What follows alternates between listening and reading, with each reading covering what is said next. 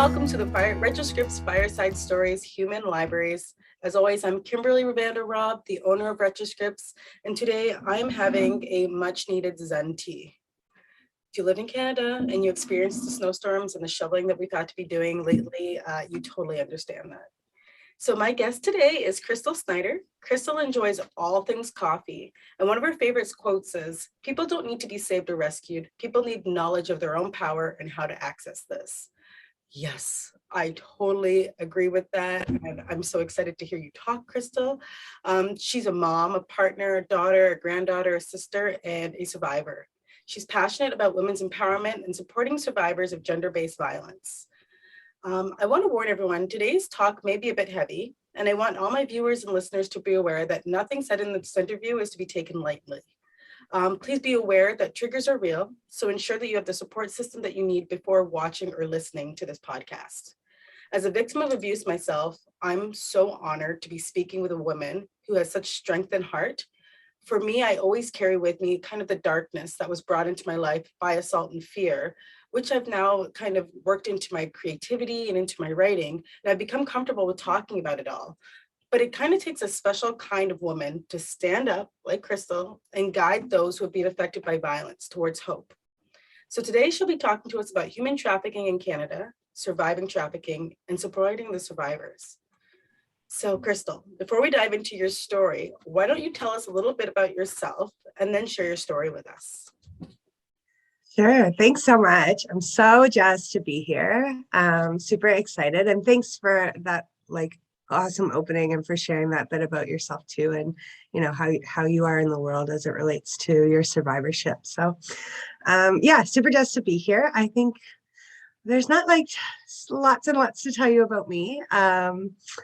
Like you said, I have a bunch of different roles, as many women do in their lives. And so all of those parts make up who I am. I think a lot of times when we talk about or identify as survivors, we get shoved into a box of that is our whole identity. And that's exhausting. So I'm always mindful to talk about these are the pictures of who I am and the layers of who I am. So you and I had met through my work. I worked in the nonprofit field for 15 years doing frontline work with those who've experienced gender-based violence. And then in 2020, when the pandemic hit, I thought I should totally quit my very secure long-term employment and start a business during a pandemic as a woman with kids at home. Right? Why not? Why not? So that's what I did. And now I run a business doing consulting and training, specializing in human trafficking. And so I bring my work experience, and then I bring my lived experience of somebody who's experienced domestic sex trafficking in Canada. So that's who I am. Got a full load, everything covered, right? Why not take more work on during the pandemic and raise your kids at the same time? It's totally smart. Yeah, I should totally. Why not? Why not do that? I love it. Yeah, in terms of my story, I mean, I don't talk usually about my story right through. It's just not part of what I do in terms of, I think in the world of human trafficking, there's a lot of survivor trauma porn that happens.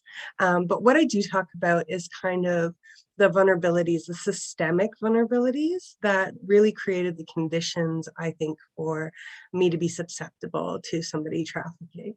And that starts for me as intergenerational. My mom, who we grew up outside of Niagara region, but when she was young, she was a ward of the court. So she was in what would be child protection services now at age 11. And she went to what's called the Ontario training schools. A lot of people don't know about the Ontario training schools, but they were schools throughout the province, and I'm sure throughout Canada, but they were run by the church and by the state, and they were jails for kids. And you went there when you were labeled incorrigible.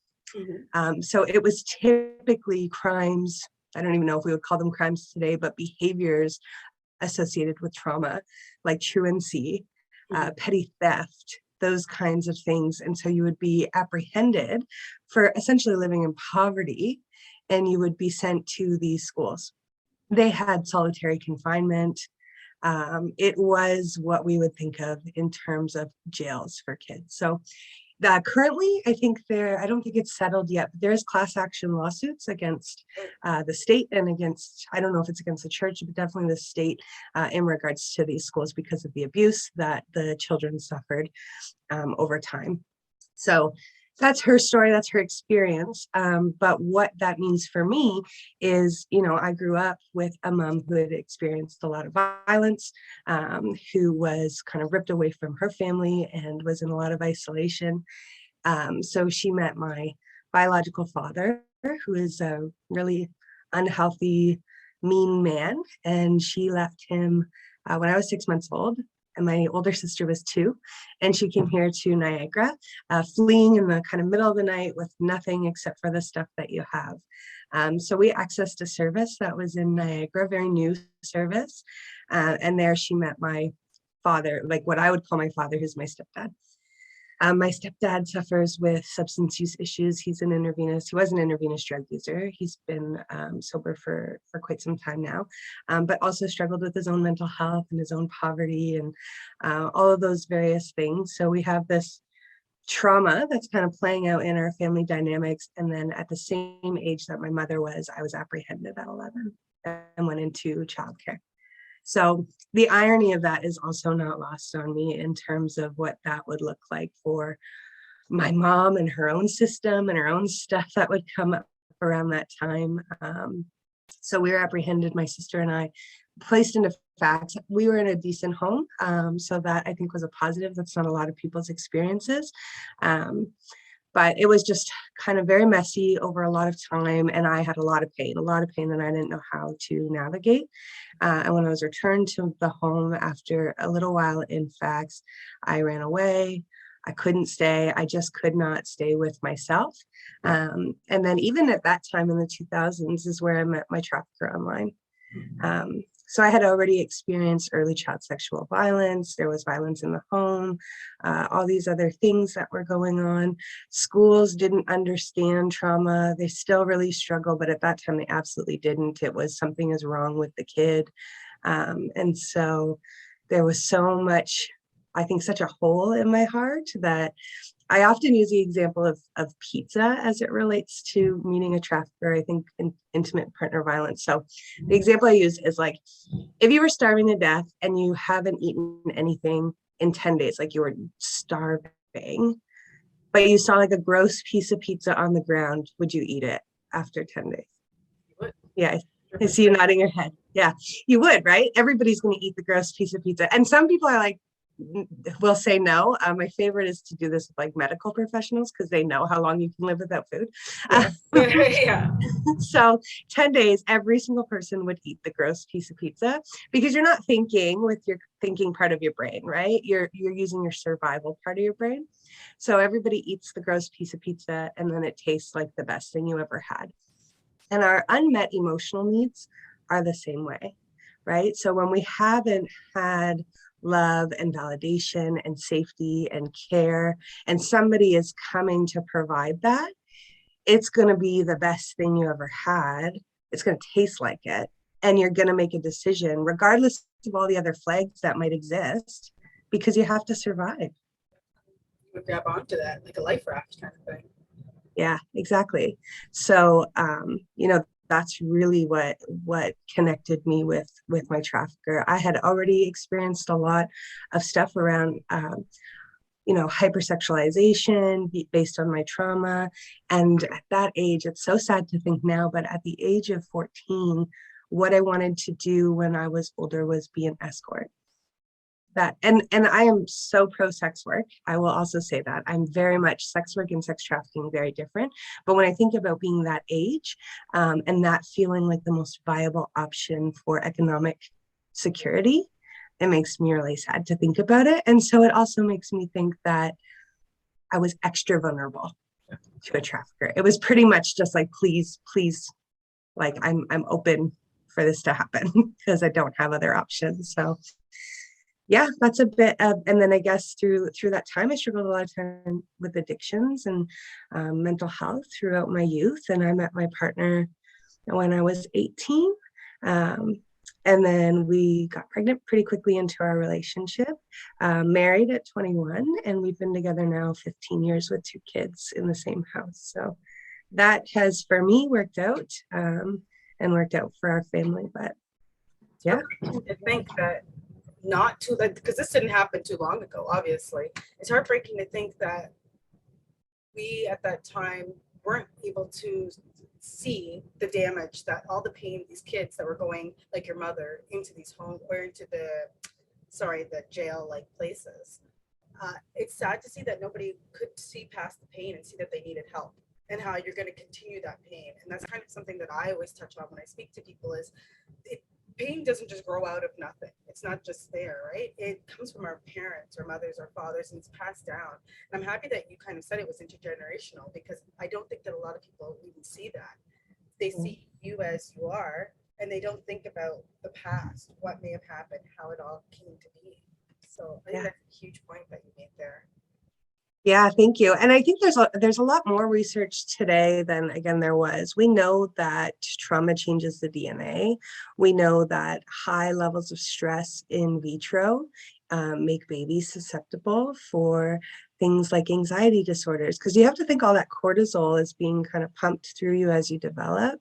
And so yeah, it is so much more than what one person is presenting with. It's the wounds of all of our ancestors that are deeply rooted in colonization and systemic oppression and all of those pieces. But again, I think the North American way is definitely to say you're not pulling yourself up by the bootstraps hard enough, right? That makes me so angry. Like the amount of times when I went to go see psychologists and psychiatrists that they just said, come on, snap out of it. You can do this. Da, da, da. It's not a matter of if it was snap out of it. I'm sure many of us would have snapped out of it already. It's not that. It's deeper. So Yeah, it's an actual rewiring, right? It's a rewiring of your brain. It's a rewiring of your nervous system. Those things are all changed, and it's not a choice that you can make to move through it.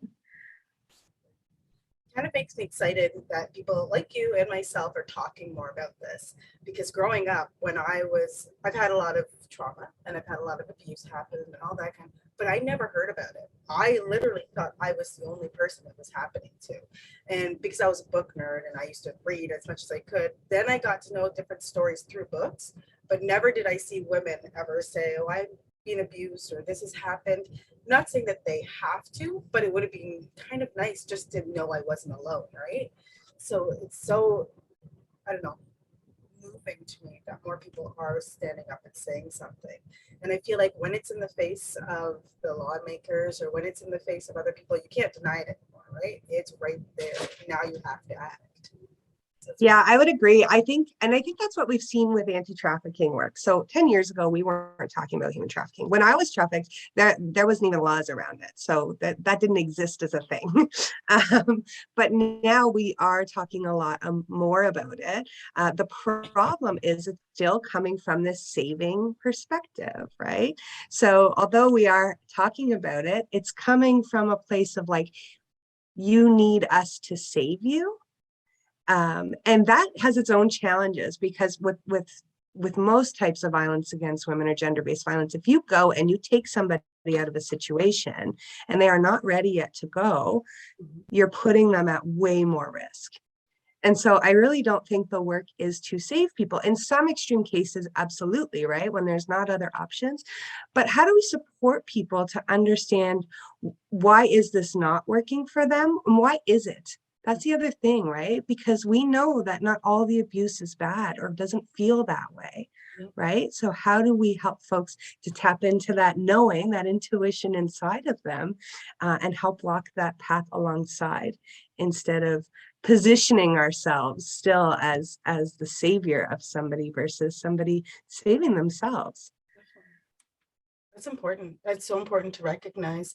I know movies do a horrible job of showing the person running in and saving all these women, and they're so thankful. And then they go back to their regular lives. And like when I see it, I'm like, it's not like that. That is so fake. It's not like that at all. And I've heard it said by people before, well, why don't they just leave? Or when someone gave them an out, why didn't they take the out? But you kind of said already, it's not like that in your head. It's not like that. This is a very toned down example or connection, but with my wife. When I first met her, I was not in the greatest of place in my mind. And I think she did something as simple as open a door. And when I slipped, like I slipped going through the door, she caught me and helped me through it. And I was like, oh my God, thank you. And I kind of went on about it for the day. Like, oh my God, you helped me today. And she was like, why are you acting like this? Like, that's such a normal thing. And for someone like me who, yes, I was abused, but it was nothing to the extent of what other women have gone through. And I'm not comparing or saying it's less than, but it's nothing the same, right? So I can just imagine being pulled out of a room or something and not understanding how to cope with it, or not understanding how to deal with that now that you're safe, and wanting to go back because it's kind of comfortable in that space, right? You've made it. Yeah, and again, that nervous system piece, thanks for sharing that. And I think it's a few points you hit on too, like uh the weirdness of when people treat you well, right? Like when you've been treated unwell and now you're being treated not even well, like low bar, right? Like low Oh, bar. wait. But how amazing that can feel after those experiences. And I think what we see with trafficking are things like, you know, police have gone in and they have saved somebody from trafficking and pulled them out, and the guy's gone to jail, and then he's released and they're back trafficking her again, or a new trafficker has found her, because we have not fundamentally addressed those vulnerabilities, right? Those systemic vulnerabilities and that trauma. And so we can't, it's not something we can arrest our way out of. Although I think police have a role, obviously, I don't think that that is really where the bulk of our work should be. Yeah, it's the support after. And I mean, if you started doing this at a young age, like 11, if you were taken at 11, you would have no idea how to support yourself. You never learned those skills or those tools. You weren't around it. You were in a totally different life. So I don't understand why that connection isn't made with people with power who can help. And they don't see that now there's a whole relearning and reintegration and all that that has to take place. I don't understand why it's not happening. Yeah, and I think too, the skills that people do develop, we know as survivors, we develop really smart ways of surviving. Maybe they don't serve us as we grow, but they have kept us alive, and they are brilliant, brilliant ways of surviving. So sometimes what can happen is when you do leave and you go into a service, there's like an ask for you to get rid of the skills that have kept you alive. That, no, thank you. Like, that's terrifying, right? So there's also an idea of what we think, again, in North America, what healing needs to look like, and what behaviors are normal or not normal, right? 100% agree.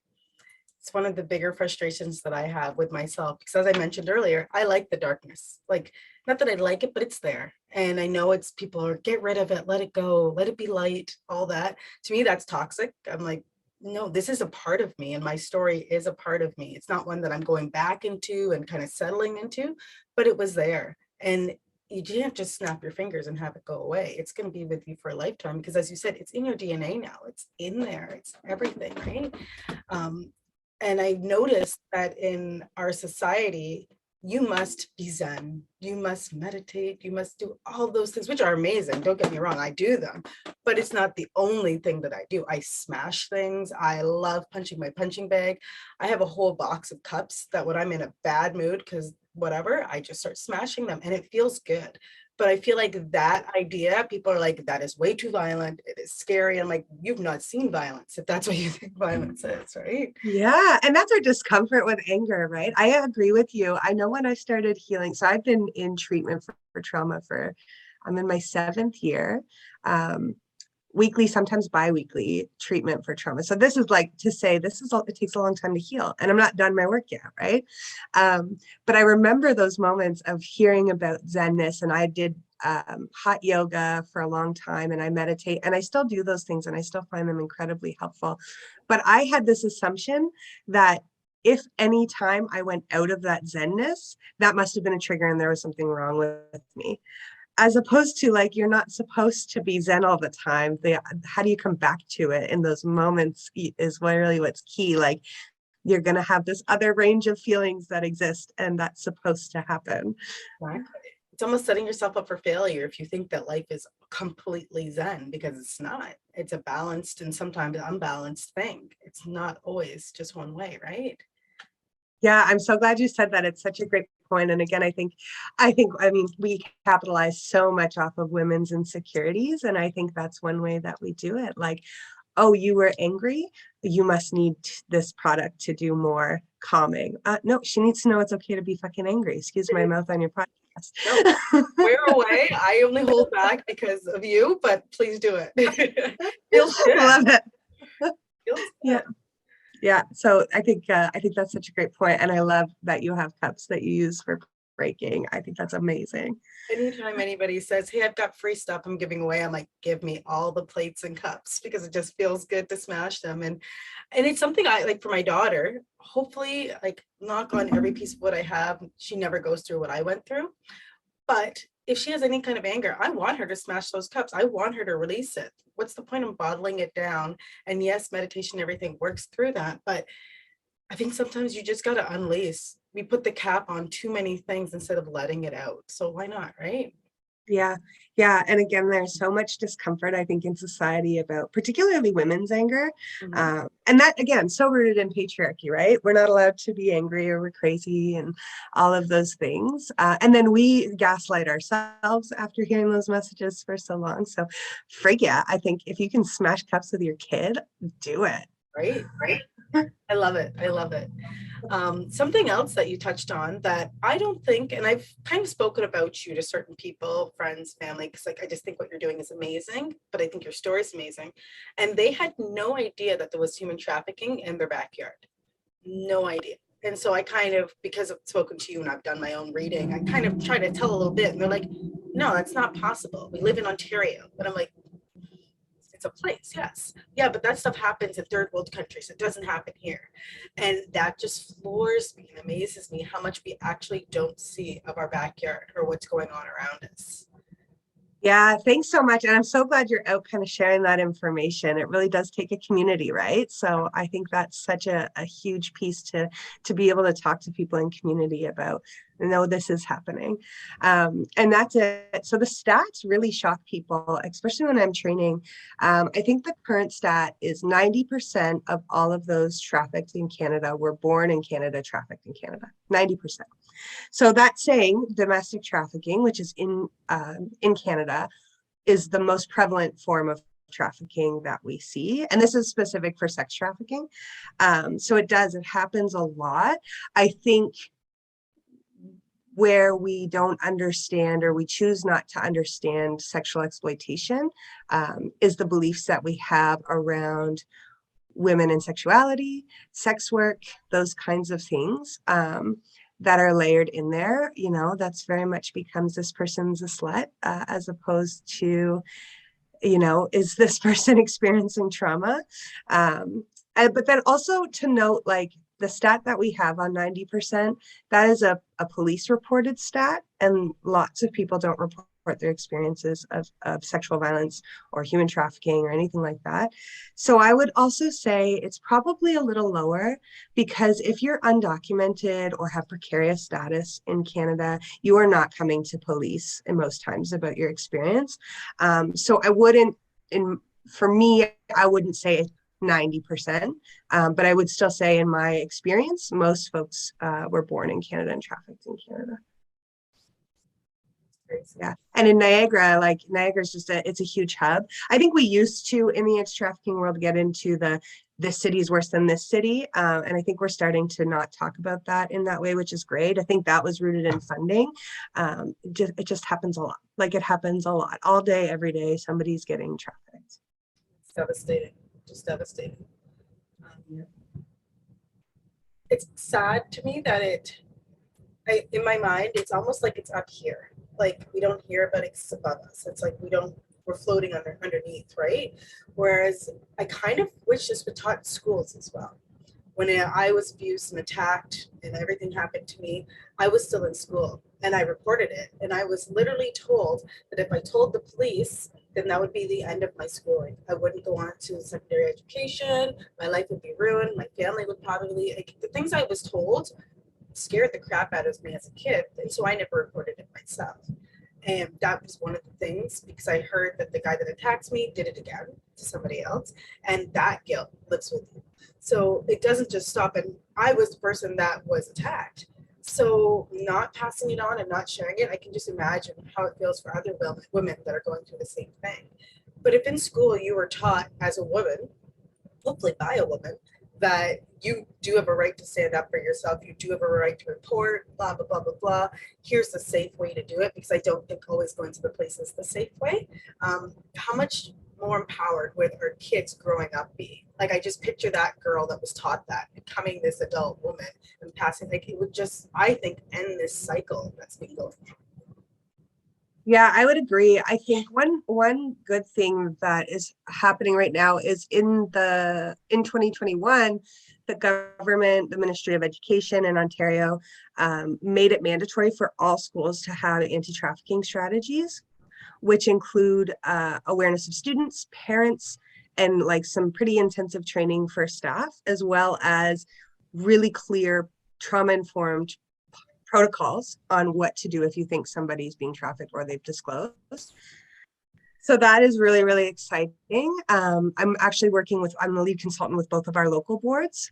So as it's also survivor led, which is great. But again, that gets intertwined with the laws that, you know, nobody can really get around. So there was a change to the Family Services Act, and now if you are trafficked at 16 and 17, you can be removed from your situation by police or by child protection services for up to 12 hours for them to do an investigation. Well, we know that those structures are not safe for a lot of people.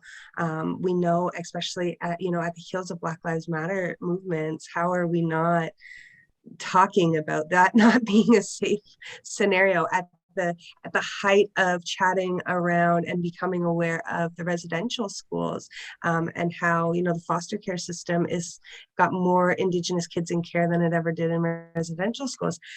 And those are our go-to systems to provide this intervention. So I definitely think there's a lot more work to be done, but I am glad to see that it's on the agenda, and that it does have to be collective work with community agencies, so that those voices can be heard around what are safer, just safer ways to do intervention. As personally, like for yourself. Sorry, go ahead. No, that's good. But for yourself, you're on the inside, you're seeing everything. Do you think that these changes are going to happen, like within our lifetime kind of thing? Like, are they moving forward?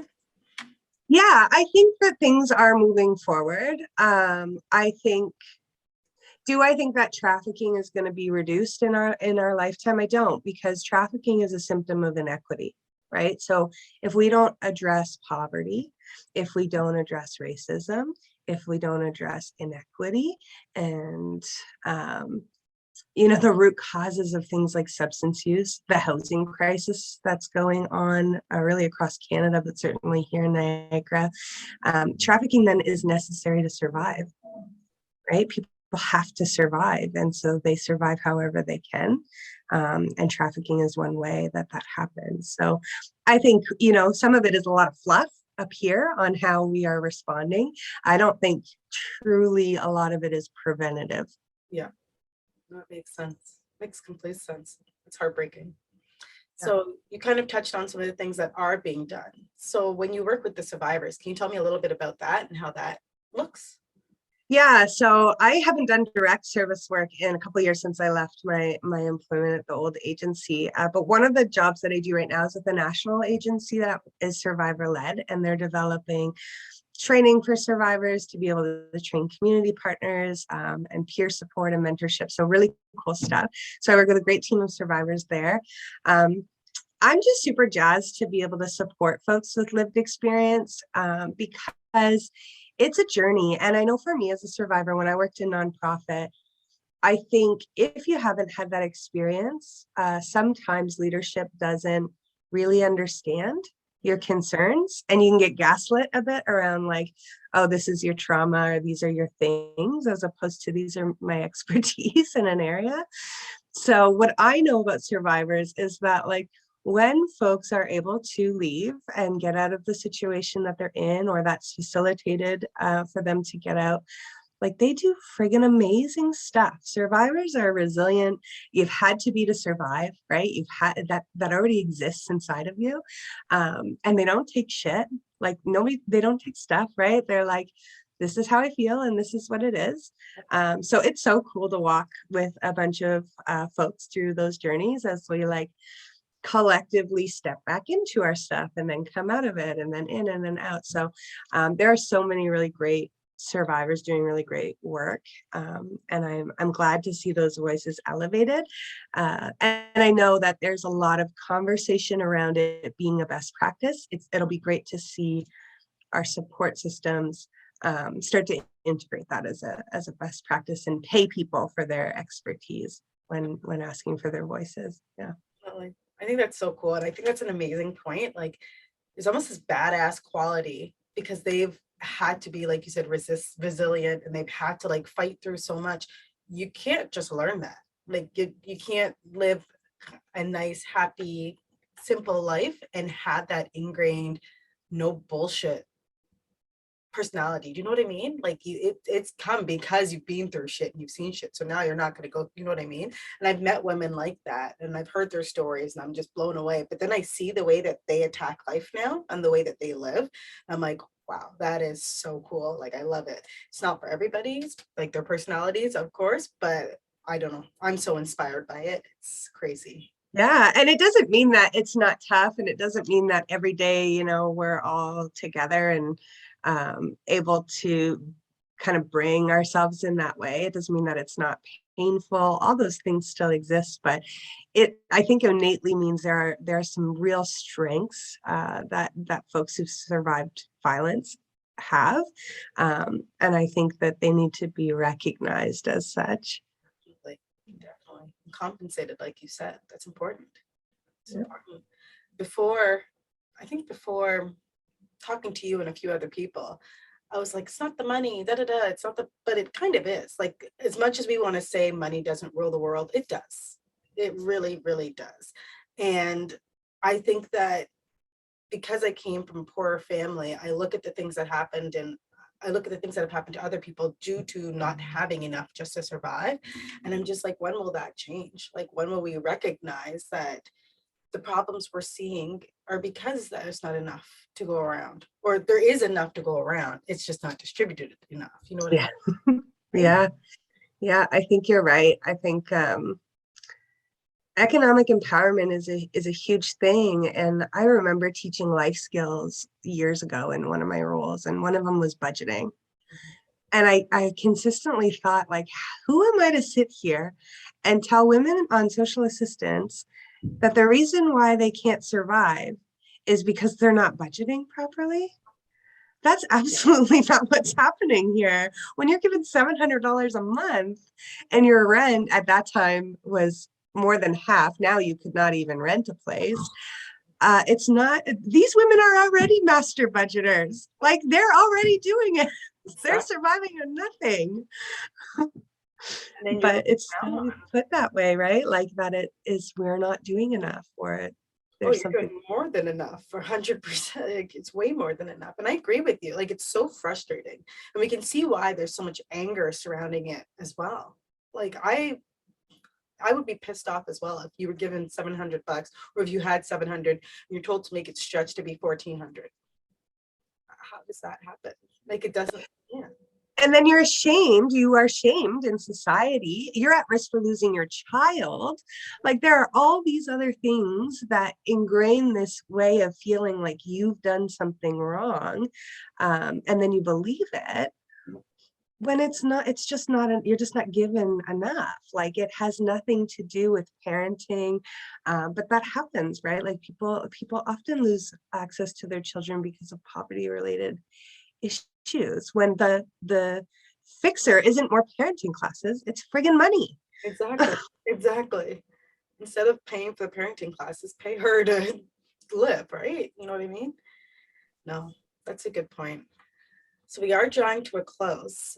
This has been an amazing talk and I really have enjoyed it. I feel like I could talk to you for hours about this stuff because there's so much that goes into it. We've only touched the tip of the iceberg, I feel. Is there anything you'd like to leave the viewers and listeners with? Any tip or maybe a topic, maybe something that they could go and do, or I don't know, whatever you want. Yeah, I would say like in the context of human trafficking, like go read about it. And don't go read about like, I mean, read about the government stuff, but think critically when you're seeing data around human trafficking or anything, but specifically human trafficking, think about who's not in those numbers and why. Like that's the real work, right? Is to look at this data and say, okay, 90% of people are trafficked in Canada. Well, then we're only looking for Canadian-born people as survivors, right? So think about who's not, who may not be represented in data and why. Same with the stats around females. We don't even touch on gender as a spectrum and how that might look to be representative. So those things, I would challenge any listeners to like go learn the data about trafficking in Canada and then think about who's also not in the data. And just have the conversations, just talk about it. That's already doing something. Yes, I love it. So for everyone listening or watching, I'm going to put up all of the information for Krystal at the end here, how maybe you can get in touch with her business, what you can do, all that stuff will be on the screen. Krystal, thank you for this chat. It's heavy for the morning, but I strangely feel inspired. It's really cool. I love it. And I'm looking forward to maybe working with you in the future as well. Yes, Kimberly, I'm so jazzed you asked me to come today and I can't wait to do more work with you. Thank you. This has been so fun. And I will post on, if it's cool, I'll post a link on my website too when this is up. Definitely, 100%. All right, we will chat soon. You have an amazing day and everyone stay safe. Bye.